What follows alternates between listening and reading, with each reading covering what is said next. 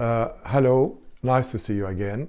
Last time I said that in this episode I'm going to tell you about my personal experience of 1948 as a 5-year-old.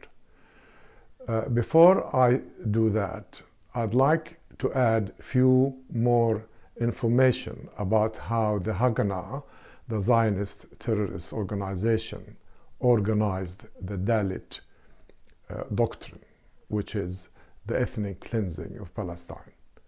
They started the ethnic cleansing of Palestine as early as March of 1948, i.e. 2 months and a half before the actual war of 1948.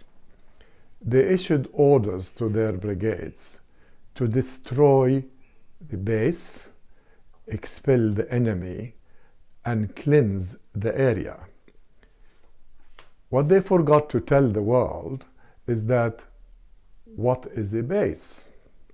Is it a compound of soldiers and equipment? Is it a fortress?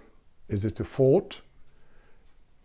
The base in this case was a village or a town filled with children, women, men, and some volunteers. And the first base that they destroyed was Deir Yassin on the 9th of April in 1948. They publicized that. Actually, the Haganah publicized the massacre of 1948 to spill fear and trepidation within the population and compel them to leave. When they decided on the war for my area, Jenin, they tasked 3 brigades with this war.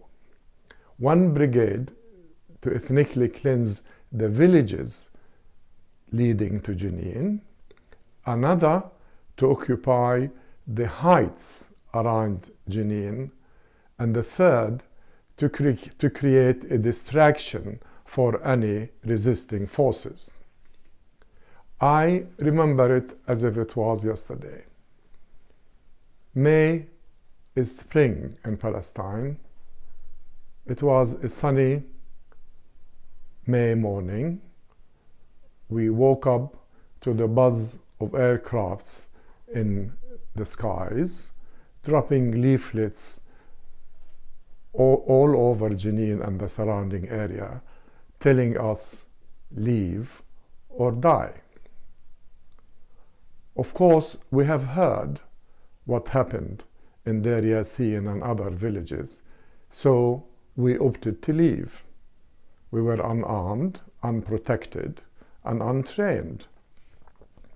I remember being carried on the back of my elder brother Mustafa and trekking through the mountains of Jenin towards the south, which is the only corridor the Haganah left open for Jenin. During the trek in the mountains, we could hear the buzz of the aeroplanes, the thud of mortar fire, the whiz of bullets around us. And at some stage, we took refuge in a cave in the mountains between Jenin and Arabi. A boy, my namesake, Jafar, was sitting next to me in the cave when a hail of bullets came through. This boy was hit in the eye. The bullet went through his eye and out of the back of his head. Jafar miraculously survived. Many others didn't. There were thousands of dead and wounded in those 3-4 days of war. The Haganah painted their forces as the David and Goliath. Actually, it was the other way around.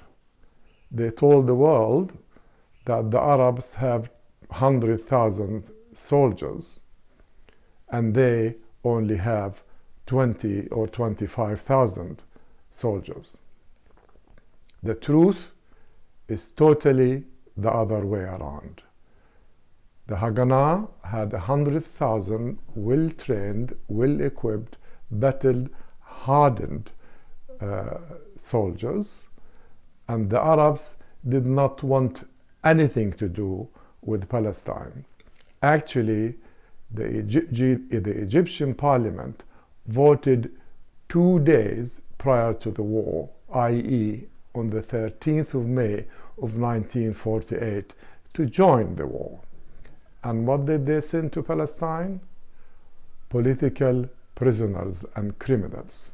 They emptied the nearby Al-Muqattam prison and sent all those prisoners to Palestine to get rid of them. They were not even soldiers. After we reached Arabi, the refuge where we were supposed to go and stay with friends and relatives, then we went on to Ya'bad, another village near Arabi. And we stayed there until the Iraqi army came down and liberated Jenin, which was at the end of September of 1948. We were told that the Iraqi army could have liberated all of Palestine, and they could have pushed the Haganah all the way back to Tel Aviv. But unfortunately, the orders were very limited. You see, the Haganah, the order is kill and expel, and the Arabs limited orders. The leaders of the Arab countries at that time didn't want anything to do with Palestine. It was all a show, especially in the case of the Jordanian government at the time and the Iraqi government. But I don't want to belittle the dead. Those Jordanians and Iraqis and Egyptians who were killed in the war of 1948 had a value. They did not know that their governments were betraying them. And for what they did, especially the Iraqis, we are very grateful. Actually, if any of you visit the area of Jenin, you will see at the mouth of Jenin, a village called Kabati, there is a huge memorial for the Iraqi dead with their names carved on it as a reminder of their bravery and heroism in trying to liberate our land. We came back in September,